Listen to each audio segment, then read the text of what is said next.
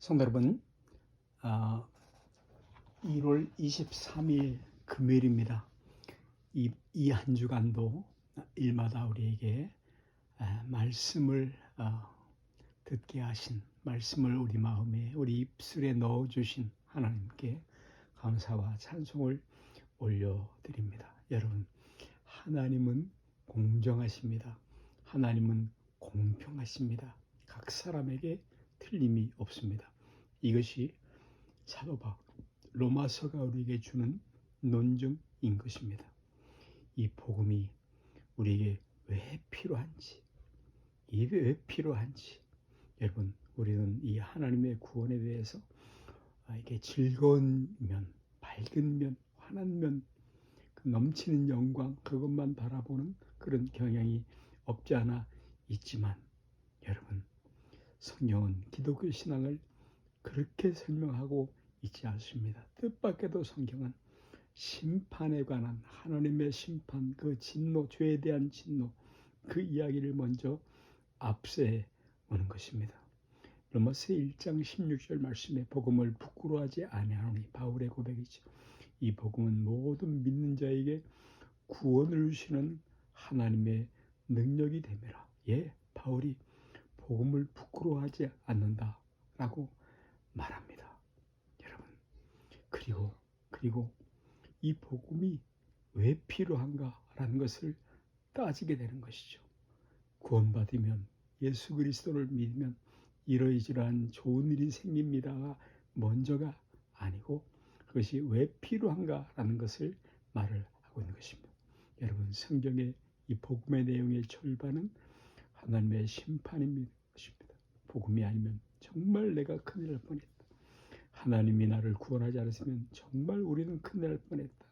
다 죄인이고 하나님의 심판 아래 죽을 수밖에 없는 존재, 지옥 가야 하는 그런 운명일 수밖에 없는 것입니다. 3장 1절 로마서에 그렇게 선언이 나오죠. 의인은 없나니 하나도 없으며 다 치우쳐 한 가지로 무익하게 되었다. 여러분, 의인 없나니 하나도 없으며 전 인류를 향한 성경의 불합격 판정입니다. No exception. 아무도 예외될 사람은 없는 것입니다. 유대인이건 이방인이건 양심으로나 율법으로나 모든 것에 하나님의 심판을 면할 수가 없다는 것이 성경의 선언인 것이죠. 물론 그 윤리성, 도덕성에서 조금 더 나은 사람이 있을 수 있습니다. 그러나 하나님 마음에 합격될 사람은 없는 것입니다. 죽어 마땅한 존재, 죽을 수밖에 없는 존재, 심판받을 수밖에 없는 존재. 이것이 복음의 절반 가까운 내용이다라는 것입니다. 여러분, 하나님 앞에서 이 구원받은 그런 회개 경험을 가지신 분들 있습니다.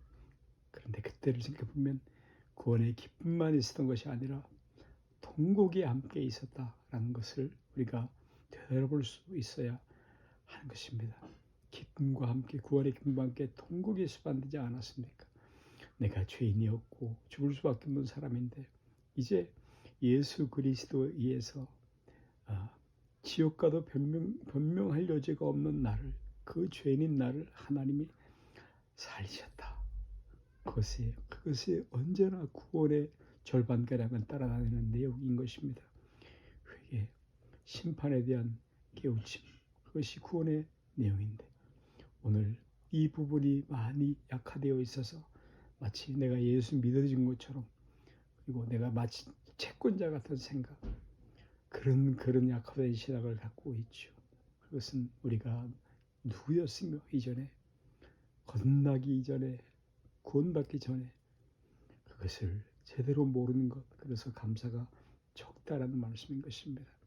여러분, 에베소 1장 3절에 가서 보시면 찬송하리로다 하나님 곧 우리 주 예수 그리스도의 아버지께서 그리스도 안에서 하늘에 속한 모든 신령한 복을 우리에게 복 주시되 곧 창세전에 그리스도 안에서 우리를 택하사 우리로 사랑 안에서 거룩하고 흠이 없게 하시려고 그 기쁘신 뜻대로 우리를 예정하사 예수 그리스도로 말미암아 자기의 아들들이 되게 하셨으니 할렐루야.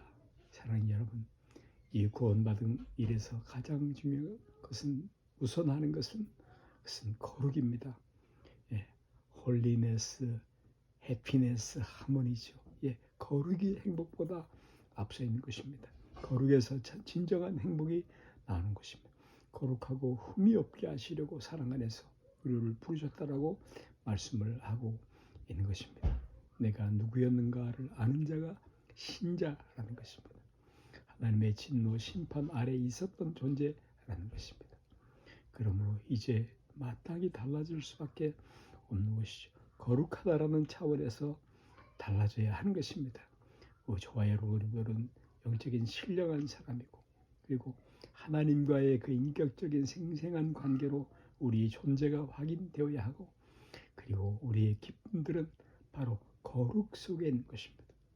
홀리네스, 해피네스, 하모니, 그리고 조화로움에 있는 것이죠. 이것으로 신앙을 점검하는 것, 그리고 그 일 때문에 얼마나 감사가 있는가, 그것으로 점검할 수 있는 것입니다. 여러분, 마치 우리의 감사는 액세서리에 의해서 좌우지되는 그런 경향이 있는 것이죠. 로마서 8장 32절에 그런 적이 이래 우리가 무슨 말을 하리요? 만일 하나님이 우리를 위하시면 누가 우리를 대적하리요?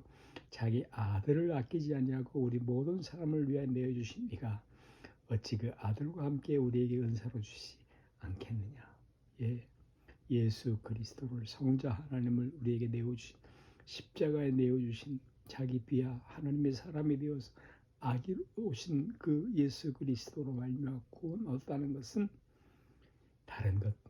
다른 어떤 것들도 그에 비하면 다 액세서리와 같은 것일 것입니다. 그리고 이 일들이, 이런 액세서리가 우리의 감사의 중심, 그 핵심을 차지하고 들어와서는 안 되는 것입니다.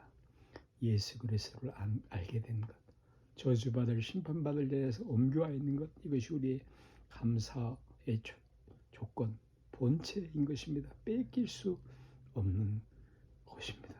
여러분, 이것이 성경이 얘기하는 절반의 내용입니다. 예수 그리스도, 그 십자가가 있고 우리의 구원에 대한 감사, 민감한 반응, 행동이 있는 것입니다. 이 감사가 얼마나 커야 할 것입니까? 그것은 얼마나 그 구원은 기이하고 놀라운 것입니까? 마땅히 감사가 있어야 하는 것입니다. 기쁨이 있어야 하는 것입니다. 여러분, 우리 위에 십자가에 달리신 예수 그리스도의 피는 영원토록 효력이 있습니다. 히브리 13장 8절 어제 나온 일이다. 영원토록 동일하시니라 말씀하고 있는 것입니다. 우리가 신자답게 살 수 있어야 합니다. 하나님 자녀가 되어야 하는 것을 감사하며 살 수 있어야 하는 것입니다. 그리고 감사하며 거룩으로 요구받고 있는 신자의 삶, 그 일을 충성되어 기쁘게 수행하는 것, 여기에 우리의 자랑과 기쁨, 모든 소망이 있기를 구합니다. 성령께서 우리를 크게 도우시기 바랍니다.